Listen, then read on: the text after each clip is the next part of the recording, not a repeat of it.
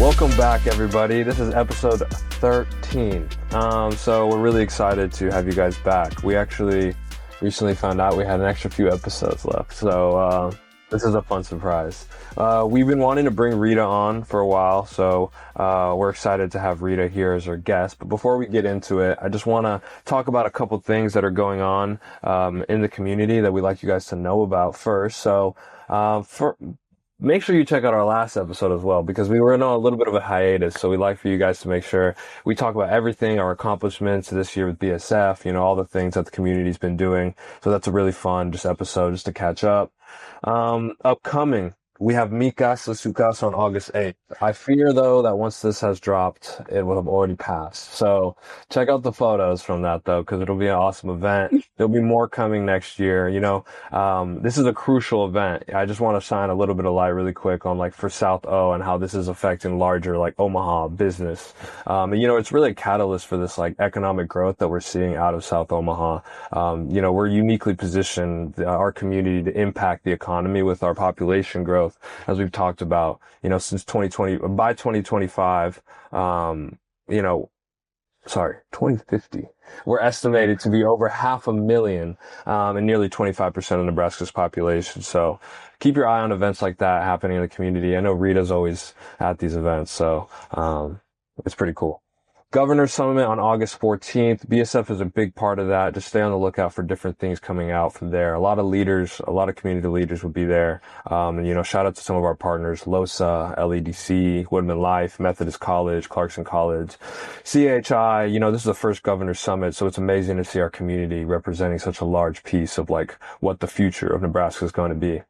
Omaha Michelada Fest, August 16th, Riverfront Plaza. So, I will actually be there. I'll be in town. So, and I know Suleyma's helping them. So come check it out. Come say hi. Come share a michelada with us. And then finally the BSF annual golf fundraiser on September 19th. Anyone interested in sponsoring, if you like golfing, if you want to support, what we're doing here, scholarships, programming, check us out, BSF, our website. It'll be in the bio. But, that's pretty much it. Enough said. I'll let Suleyma introduce Rita here. Gosh, you talked forever. I didn't even get to say hi. Hi, everyone. My bad. Just jumping right in. We also have a co-host. Yeah. Yes. Don't forget about me. I'm here always.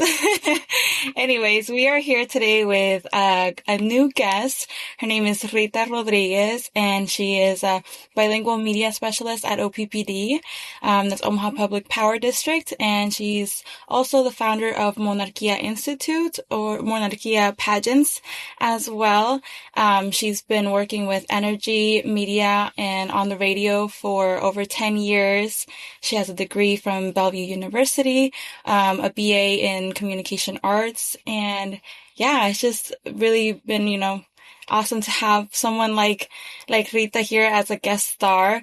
Marcos also knows her for a few years now through the community. So yeah, thank you so much for being here, Rita. And she's very active in the Latino and South Omaha and youth community, so she's very involved. From Cinco festivals to Mi Casa Su Casa events, BSF, LEDC, consulate events, etc. You've been everywhere. So you're known for creating student Latino leaders, especially Latina leaders. So can you tell us a little bit about your story, where you came from, how you came to where you are, and where you want to go?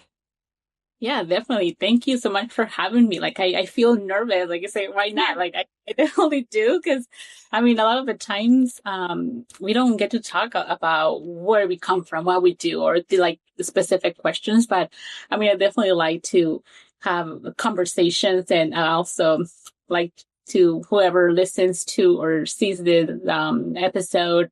I definitely feel that that's a great opportunity to connect and know each other as well. But thank you so much for having me. And where it started, well, I came to Omaha when I was around 12 years old. I'm originally born from LA, and then moved to Mexico when I was a year old. So all of my childhood, all of the great memories were built in Mexico, and coming to Omaha after being in LA, like a newcomer to the country. I mean, I feel that that is basically what every immigrant child goes through, and it's adapting to the language, to the new schools, meeting new friends, the food. So all of that has been, or back then was definitely a culture shock. And I mean, over the years, I think you just keep finding that spot. And even after I graduated high school, I wasn't sure what I wanted to do or where I wanted to go. I definitely knew that I wanted to continue with higher education, which a lot of I'm the first generation or the first one in my family to go into higher education, having a bachelor's degree. And I was just talking to someone a couple of days ago that it took me around, you said 13 years, right? It's 13 episodes or 13 episodes. It took me 13 years to finish my 4-year degree, right? My 4-year college. Because in the meantime, I started, and then right when I first started back in 2008, 9, around that time, my older brother, and my dad were deported. So obviously that had to take a break in my education, help out my mom and brother who would stay behind. And then I went back and eventually got through all of my courses. And in 2013, I walked the ceremony and I only needed 4 credits to graduate. And back around that time is when I started my entrepreneur journey with the Quinceañeras magazine and doing fashion shows and doing all sorts of events. So all of those two went together. And back in 2019, right before COVID, that's when I was like, why am I not completing just 4 credit hours after all of this time? So in 2019, that's when I officially finished my career in communication arts. And the funny thing is that when I graduated, I was the only one under the communication arts title, because they had changed so many the career fields that no longer exists. I think it changed into communication studies, but not communication arts. So a little bit about how that went. And I mean, ever since then, it's been on the radio, like you said, 10 years. I think going into the radio, it was an opportunity for me that came to me when I was in college, when I was finding this entrepreneur path. And that's when the invitation came to be a part of the Radio La Nueva. And from there, I mean, a lot of things have been going on. I don't know how much I could spend, but I can tell my life story for for hours and hours. But that's a little bit of where it goes. And obviously, when I was in college, when I went to Bellevue University, I got very involved in the clubs within the university. But that was the time when I also started working with UNMC as a promotora de salud. So that was the opportunity I also received to be involved in the community, to be in events.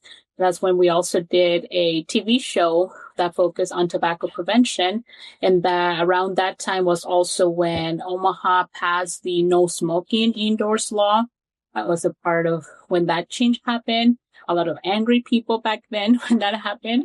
But yeah, it was definitely a good change for our community and in general for all of those non-smokers, because we have to smell all that beautiful cigarette smoke. And it was a really life-changing opportunity, even when that started working at UNMC. Yeah, that's awesome. I speaking I'm sitting here and I could see the big calendar behind me, 2025. And so clearly you've been super busy, all the time. Not that feel. So definitely. It's got my attention though, and it's a great way just to it brings up what are you doing now? What programs are you involved with right now in the community? I know we mentioned a few, but yeah. Well, look, I think the funny thing is that directly, I'm not like, because I have a lot of friends who are on the board for this, on the board for that. I'm not on any board whatsoever, but I think I support all of those programs indirectly because of the radio connection or because of Monarquia's connection, or even at times now, like because of OPPD's connection. So, I mean, all of those that you mentioned, I indirectly are a part of.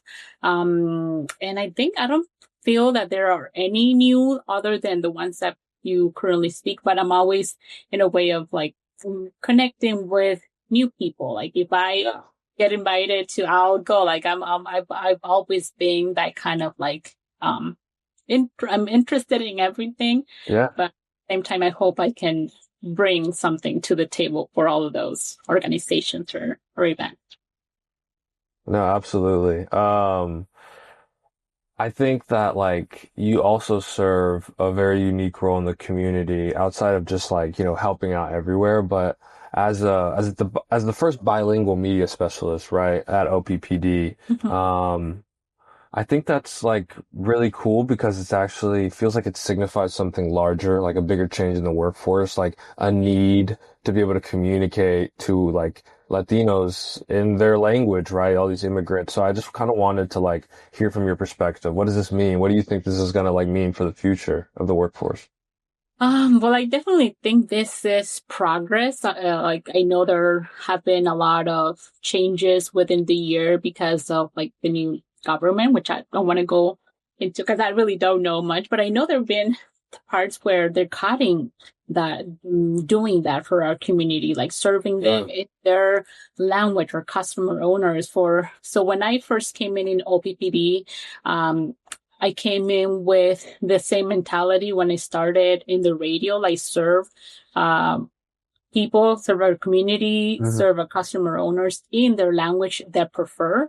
As a bilingual, like I have no preference, like when I get my bill or if it's in Spanish, English, but I know like my parents, they don't speak English. So they're always having their bill in Spanish makes a big difference. Exactly. Like they get to call the customer service representative and they speak in their language. It makes a big deal. And not only their language, but their culture. And they understand even the common tú or usted way that they communicate. That makes a big difference to someone. And even now that we're doing a lot of updates on our website as well, so that'll be something that will be coming soon for all of the OPPD customers. My portal, that will be something new and unique because it will be in Spanish completely, and that'll be something that will definitely make a big difference. And we were even just a group of four or five of us that work at OPPD. We're getting together just to make sure that the translations make sense, that the language makes sense. And it's actually very unique because I am from Mexico. We have another one of our coworkers that is from El Salvador, another one from Peru. And so I'm like, this is going to be the best mixture because I would not only have this translated, that's how I understand in Mexico's Spanish, but just all the different languages. So, I mean, definitely progress. I think it also reflects how companies like OPPD, want to make a difference and serve all of the communities they serve, especially the Latino or Spanish, because we are a big minority. And I think from there, a lot of companies have that pride into offering this as well. Yeah, for sure. And I feel like with you saying, it means progress being in this role, I feel like you're one of the first liaisons between the Latino community and larger organizations like OPPD. And so we see a lot of that in our community organizations and nonprofits. And operating in this role is an opportunity for those industry leaders to set an example, right? By creating more opportunities like that.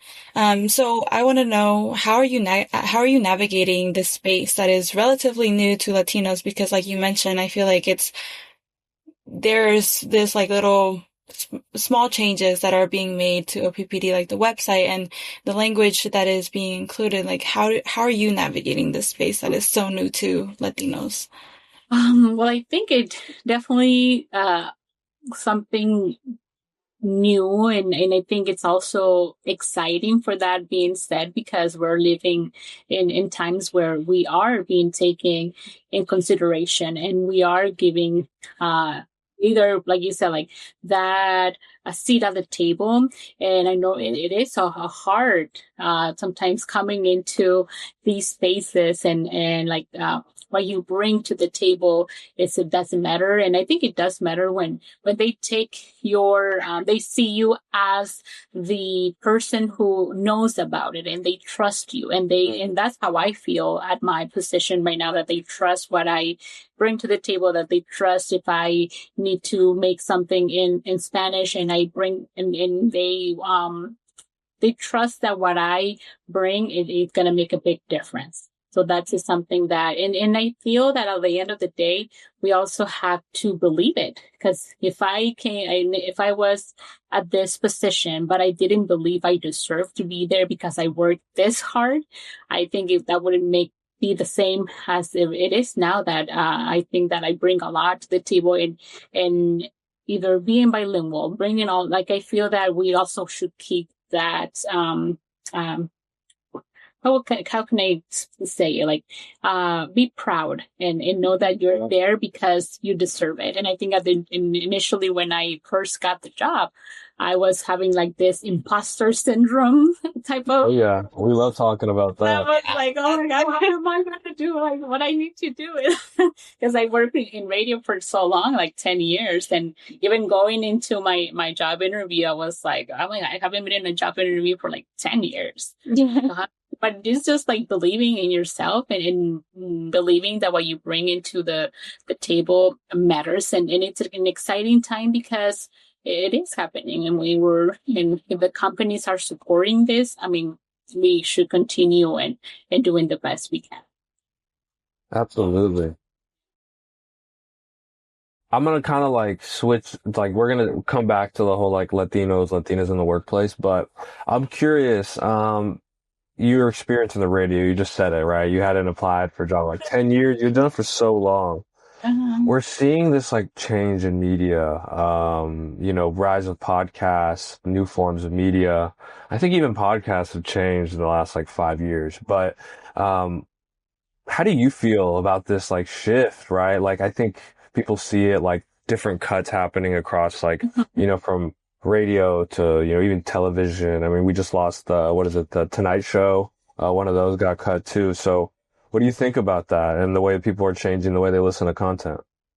Well, I mean, being in the radio industry, I know there is a lot happening, like podcasts, like even the music online, having all of this different apps for music. But one of the things that I learned while I was especially when I was a full-time at Energy at La Nueva, people will be like, well, but that radio is dying. This is going to go away. But really, it's not. Like, I think radio is like the top of what has always been top. Maybe industries like newspapers, magazines, those are maybe will suffer some of the changes with all of the new ways that we receive information.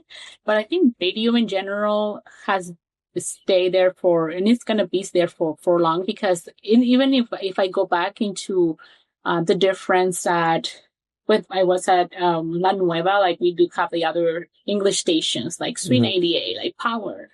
But always, all the time, when it came to La Nueva, we had to kind of educate our salespeople, our directors, our community is totally different. Sometimes it's not that modern, and they're still listening to the radio, and they will still tune in to receive That's a good point. Their news from the day, or even like the song. Like I see sometimes I have access to the social media for La Nueva pages, and sometimes someone will post, oh, if you can play this song, and in my head I was like, even if they see this in 2 days, how are the chances that are you going to hear that they play that song?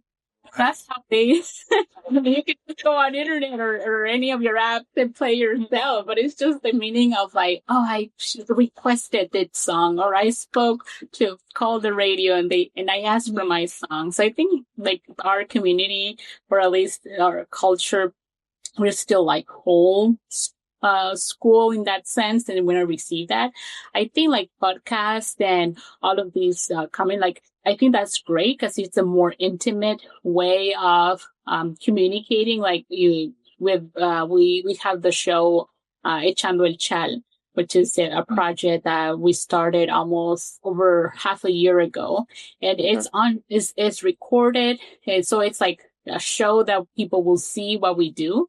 And when we started recording this show, initially I was like, oh my God, like I was so used to speaking behind this, like a microphone, but no cameras. But now I have to watch even the way I sit, or if I do certain gestures when I speak, or if I look mad. So you have to change all of those ways. But I feel like it's a more intimate way of how we can communicate.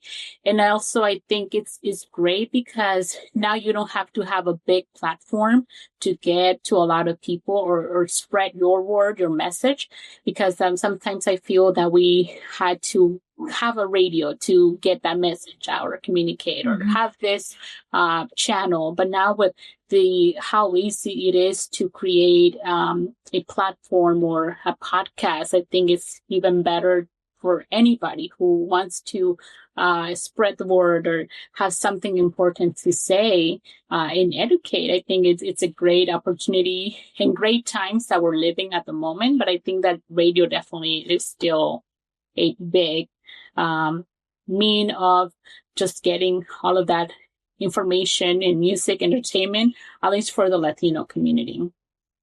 Yeah, for sure. 100%. Because I feel like, even myself, like I put on the radio and I'm like, oh, what's the weather? What's the traffic gonna be like when I'm going to work? I feel like it's still, I mean, I don't listen to it 24/7. I still have my Apple, music subscription. But yeah.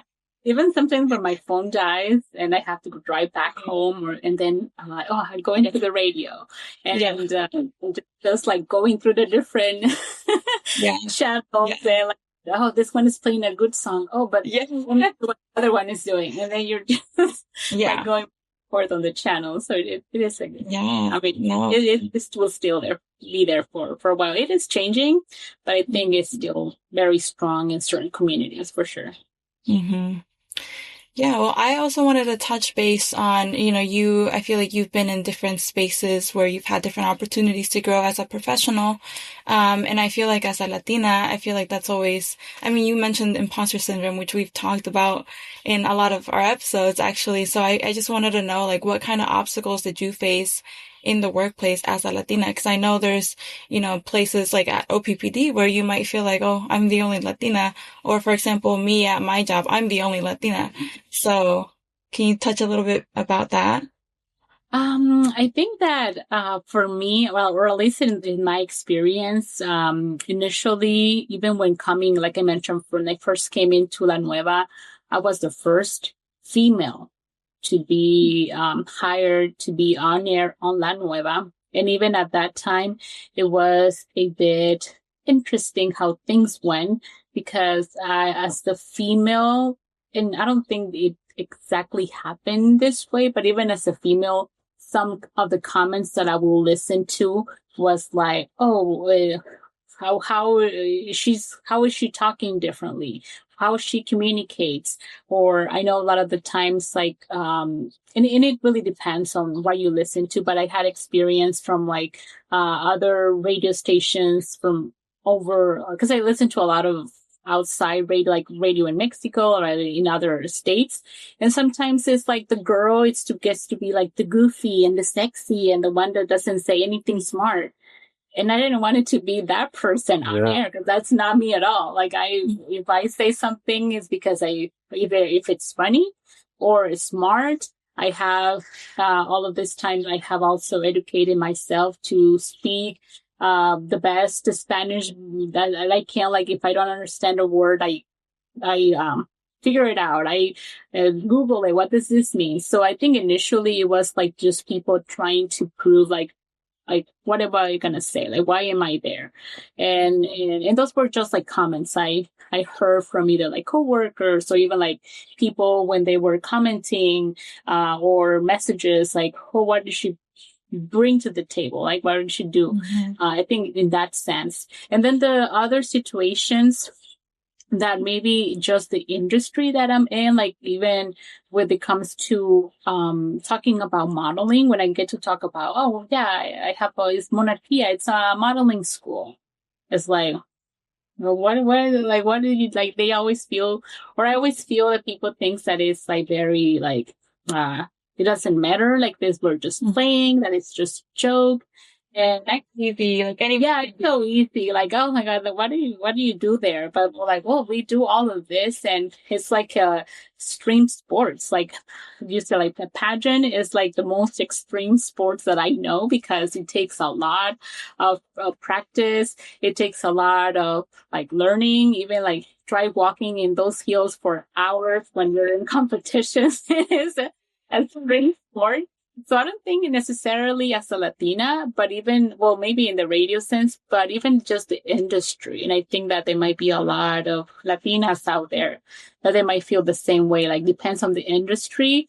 Like that's also the way you're like treated. Or if I say, oh, I'm a lawyer. Oh, like they will see me completely different right there.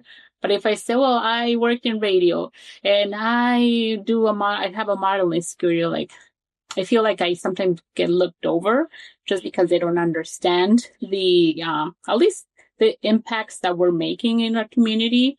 I don't take it personally, but I also get to see that a lot. Even just saying it to my parents when they asked like, okay, what was the degree that you graduated for? I'm like, oh, it's communication arts. They didn't understand what that was. I was not a teacher. I was not a doctor. I was not a lawyer. Like they didn't understand what my whole schooling was for. So I think for me, it has been more in that sense of just being not taken serious for the different roles I play. And but at the end, like I don't take it personally because not a lot of people will understand all the hard work that goes beyond or that goes behind all the things that we do and the thing that we work, especially with Monarkia, like I could say. Yeah, for sure. Yeah, and I feel like when you mentioned like your parents didn't understand even when you told them what you were going to study, I got the same reaction from my parents too, like, ¿Qué solo vas a hablar? Like, it's just communications, I'm like, no es así. But yeah, so I feel like with speaking on the note of families, I feel like that plays a huge role in our cultural identity and family expectations that we have to, meet. So what are your thoughts about, how your cultural identity and family expectations play both, like it can be a strength or as a challenge? Like, how do you feel like those have been, either a strength or a challenge or even both? Mm-hmm. Well, I think it's definitely both. I mean, coming from, like I said, like my family, I'm the first one that went into higher education. Like initially, my dad, for example, he was like, "Oh my God, why would you go to school if that's so expensive? And why would you do this?" And when I did my first ceremony, he was there and he was like so happy. Like he was so proud that I did it, but he didn't understand that, yeah, there's scholarships. Like a lot of the times I got, most of the times it was a scholarship, a FAFSA. I did put some money on my own, but I think a lot of it was just navigating through getting help because if you really want it, you are going to find the ways that you're, to get what you want. And I think I also see this, I don't know if it's like, probably culturally, but a lot of the times, for example, we don't find that investing in ourselves is worth it because, for example, let's say for Monarkia, a lot of the times I meet with a teenager or anybody that is interested in what we do and they want to learn more. And after I go into a meeting with them to ask, what are your goals? What are your expectations? Because I just want to know if this is the right service for them or the right place for them. And a lot of the times I'm explaining that we do this, that we work with your self-esteem, but we do all of these different in trainings.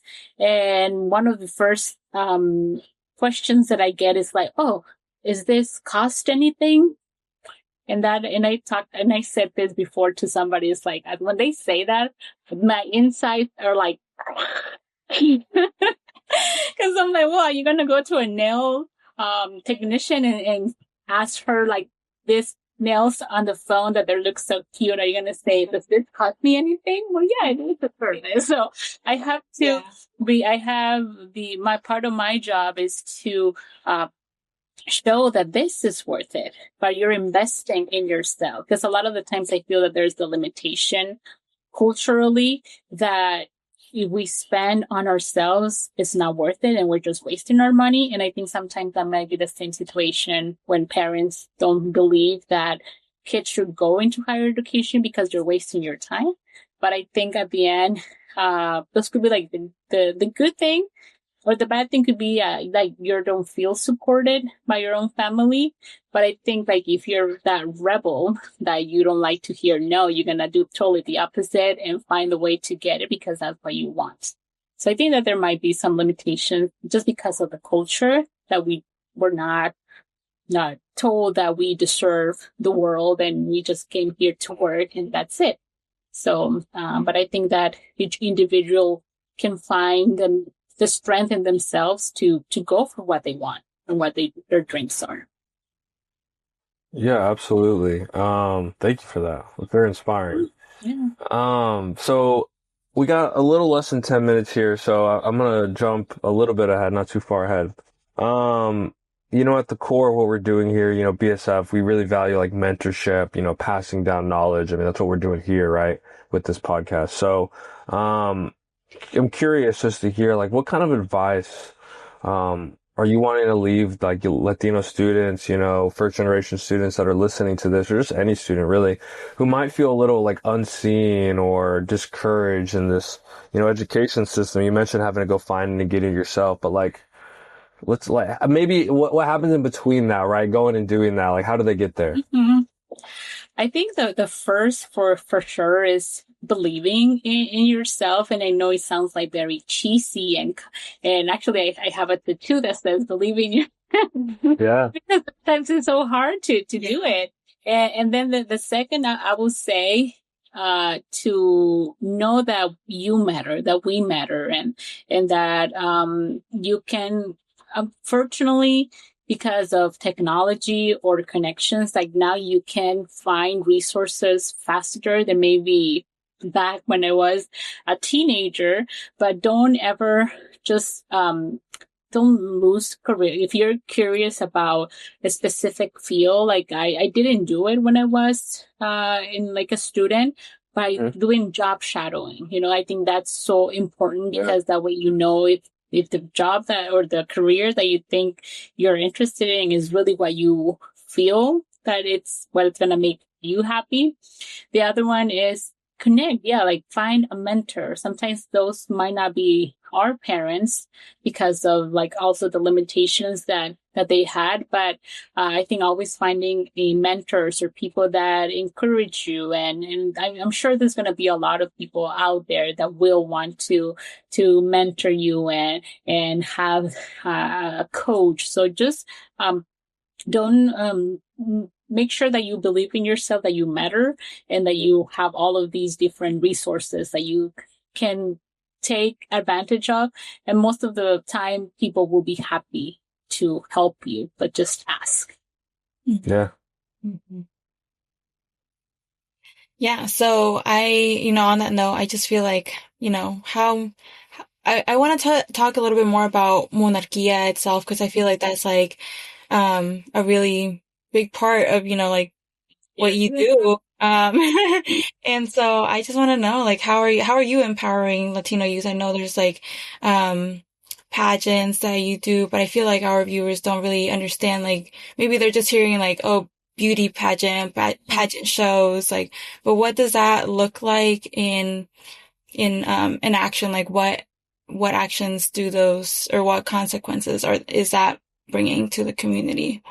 Definitely. Well, Monarquia is a place of transformation, and even the name itself, I think I haven't really shared that much, but initially we thought of naming it Monarca, like the butterfly, because of the transformation journey of a butterfly. But then we're like, well, Monarquia, because we also work with like queens and title holders and and crowns and so on. So Monarquia really means like the evolution of like an individual, someone that comes in because they are, first of all, they're interested in what we do because obviously they see social media, or I know this girl and they maybe see the changes, but we're in a place of transformation where we help our students with their self-development journey when it comes to self-confidence. Like you said, like believe in yourself, self-confidence, and be able to go into any place and you feel confident, because a lot of the times maybe you are told the specific, like, for example, we do a lot of networking training even before going out, and the real networking is like, how are you going to meet someone, how are you going to get close to that person and introduce yourself, even like the handshake. I know I've done that at one of the Barrientos scholarship presentation, like the handshake. Like, how will you do that? And when it comes to that, also this public speaking, how, because there are a lot of teenagers where their voice is very low and they barely want to talk, but then we have like exercises that will help get into a better place of a better sound, or you sound more confident, your voice is louder. Also, when it comes to the pageants, from doing the interview process, a lot of the pageants have an interview process because the judges want to make sure that you are the right fit for that crown. It's not just like, oh, I think you're the prettiest one and I'm going to crown you. No, like there's a lot that goes beyond that, and they want to see how eloquent when speaking. They want to see if you're up to date on events, if you have an opinion. So all of the things, especially with working with teenagers, and maybe even reminding yourself of when you were a teenager, we don't have that developed, especially when we are not encouraged by our close family, or when we're told that we're not enough or we're not worth it. So a lot of the times it's even just going deep into providing a safe space that everybody is learning that this is not a place where we accept any type of like bullying, but just providing a safe space overall. And it is a place of transformation and personal growth. Like, I think that we can see someone who enters day one, and after like 3 months, 6 months, there is a change in so many levels. Yeah. I really appreciate you giving us a little bit more insight onto, monarquia and everything going on. And I love the whole butterfly analogy. I think that's really cool. So kind of like wrapping this up, we want to give you a second to talk about, some stuff that you mentioned to us. We got to hear that you won the USA title at one of these competitions that these pageants that you're talking about. So like, could you just tell us a little bit about like those competitions, what's that's like, and just like get us up to date? Yeah, definitely. Well, I didn't win it, like I was not me directly, but yeah, well, the pageant part, I started, Monarquia itself has been over 4 years of when we created Monarquia, but we started with pageants in 2017. So that makes it like almost 8 years ago. And initially when we, brought Miss US Latina, or did this, reach out to Miss US Latina, which is the first and longest pageant in the US specifically, exclusively for Latinas, which is started in 1982. So I wasn't yet when that started. Me too. So when we brought that to the state, it was a change because a lot of the times either girls won titles or like carnival events because they sold more tickets or because they visit. But this is basically pure merits. Like if you had a great interview, you get the points. If you did a great presentation on your runway, you get the points. If you answer the question on stage and you're on point, you get the points. So we wanted to create that system that really empower women to like know that they have to be prepared and that it is beauty, but it's also brains, like both things.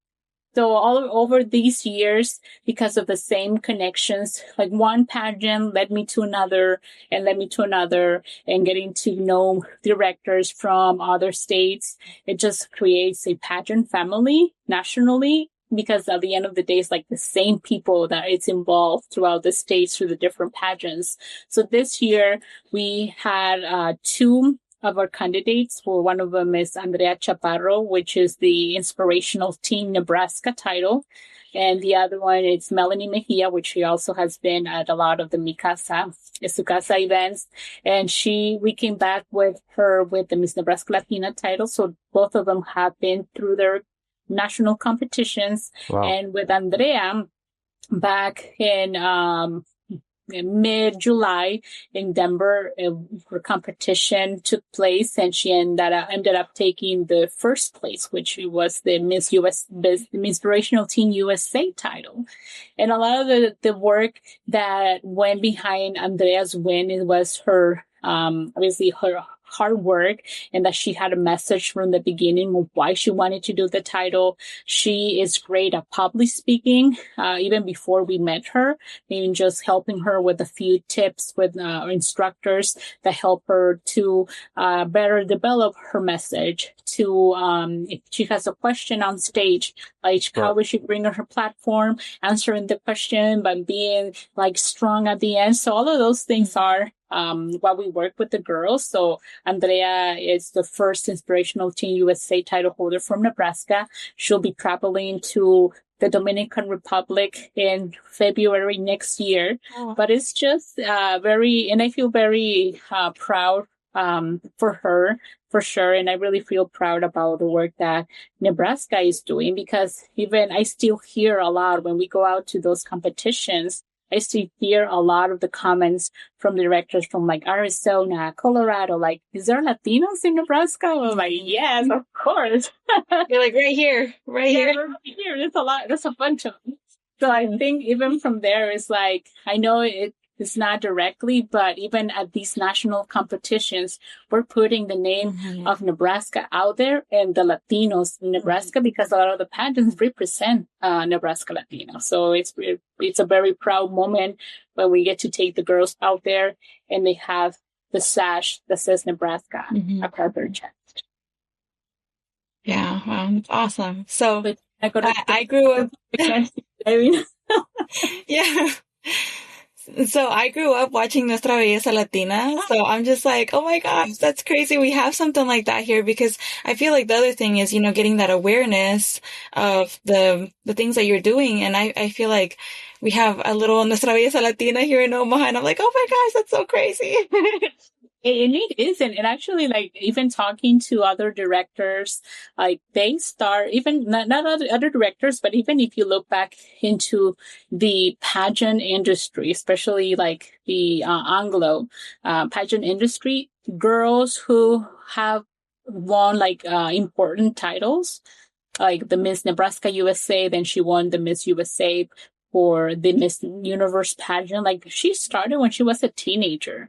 And she went on to the next pageant and the next pageant and the next pageant. So it is a extreme sport, because I compare it to soccer. Like, we're used to soccer, and our community is big on soccer. It's like, if you take your kid to the first soccer match, they're not going to make 5 goals on the first match. It's going to take quite a bit of them to become a Messi after like 20 years of professional or like working. And it's the same thing with the pageant industry. So I like to talk about that a lot. Yeah, that's awesome. Well, Suleyma, I'm gonna have you wrap us up here, say thank you and then make sure to check bio, okay?